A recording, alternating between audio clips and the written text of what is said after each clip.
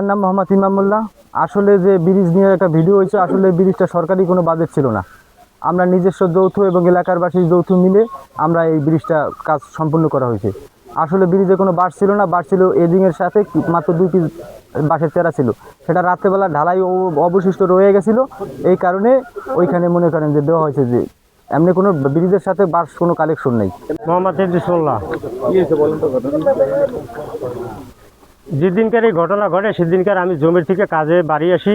পরবর্তীতে 2জন লোক আমার বাড়ি থেকে আসে, যাই ডাকছে, কিন্তু তার সাংবাদিক কিনা সেটা আদৌ আমি জানি না। এরপর প্রশ্ন করছে যে আপনারা যে ব্রিজটা করলেন এতে টাকা কত দিয়েছেন, কিন্তু টাকা তো এই ব্রিজটার এখন পর্যন্ত সরকারি কোনো বাজেট আমরা পাই নাই। আমরা নিজেরা অর্থায়নে এই ব্রিজটা ঢালাই ব্যবস্থা করছি।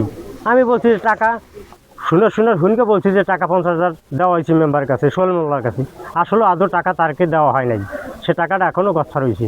এই যে ব্রিজটা যে এই যে বাঁশ দিয়ে করা হয়েছে, না, এই ব্রিজটা কোনো বাঁশ দিয়ে করা হয় নাই, রড সিমেন্ট ঠিক মতনই দেওয়া হয়েছে।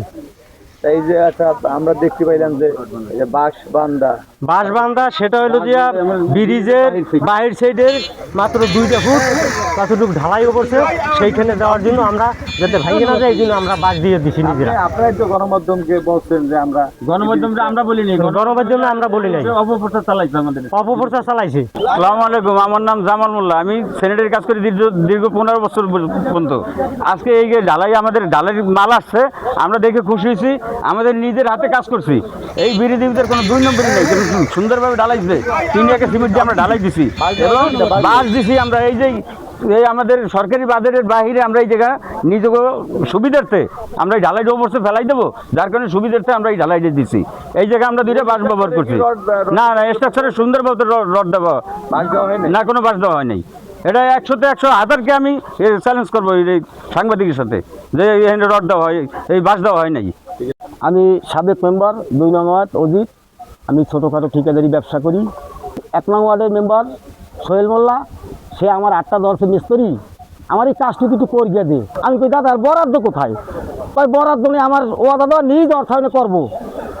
আমি মিস্ত্রি হিসাবে দাদাকে বললাম যে দাদা আমার যে কজন লেবার আছে তা নিয়ে আমি আপনার কাজ করিয়ে দেবো। আমি সেই মিস্ত্রি নিয়ে তার ব্রিজে কাজ করছি। দাদা হয়তো ঠিক মতন সময় এই রড বাঁধার পরে 5-7 দিন মধ্যে ব্রিজে সেন্টারিং শুরু হয়ে যায়, রড ফেলান গিয়া দাদা হয়তো টাকা মেনটেন করতে পারে না। দাদা যে কোনোভাবে হোক, দোকান থেকে হোক, যেভাবে হোক ধার কর্জ করে সে মাল আনছে। মাল আনার পরে স্থানীয় পর্যায়ে আসার পরে এই যে জায়গা ব্রিজ, ওই বাড়ির সবাই রাজমিস্ত্রি, এরা সবাই আইয়া মাল দেখে খুব অবাক হয়ে গেছে যে হয়তো আমাদের দুঃখটা এবারে সেরে যাবে। তা আমরা সবাই কাকু তোমার এই রাজমিস্ত্রি লেবার কোনো কিছু তোমার দরকার নাই, আমরা থাকবো। ওরা থাইকে নিজেরা খোয়া ধোয়া এই কাজবাজ মিস্ত্রি এই ফিনিশিং যাবতীয় যা কিছু করছে। করার পর আমাকে বলছে কাকু একটু চা খাবো। আমি বলছি না বাবা, আমি দৌড়নি চলে যাবো, আমার ব্রিজ ঢালাই কমপ্লিট। মেইন এদিন থেকে 1.5 ফুট জায়গা ছিল, এই জায়গাটায় আমার 2 বস্তার মতন খোয়া হলে ওপর ছিল। ওপরার পরে আমাকে বলছে ফোন দিয়ে যে কাকু তুমি কোথায়? আমি দৌড়নি চলে যেতেছি। কাকু তোমার তো অনেক সুনাম আছে, অনেক কিছু করছো, আমাদের বস্তার খোয়া 2 ব্যাগ দাও। কী করবা কাকু? ওই মাটির ঘরে আমরা নিজেরা একটু ঢালাই দেবো। যখন এটা আমি শুনছি তখন বলছি যাক তোকে যদি দরকার তো তোরা নে। আমার একখান সিমেন্ট উপর ছিল, ওই খোয়া ছিল, ওরা ঢালাই দিছে। আমার ব্রিজের ভিতরে 100% নিশ্চিত 1 টুকরা কোনো বাঁশের কঞ্চি নাই। আমি 100 বলতে পারবো, যদি 100 যদি প্রয়োজন বোধে আমার এই ব্রিজ শোকাজ করতে যা কিছু দরকার আমি 1 পায়ে প্রস্তুত।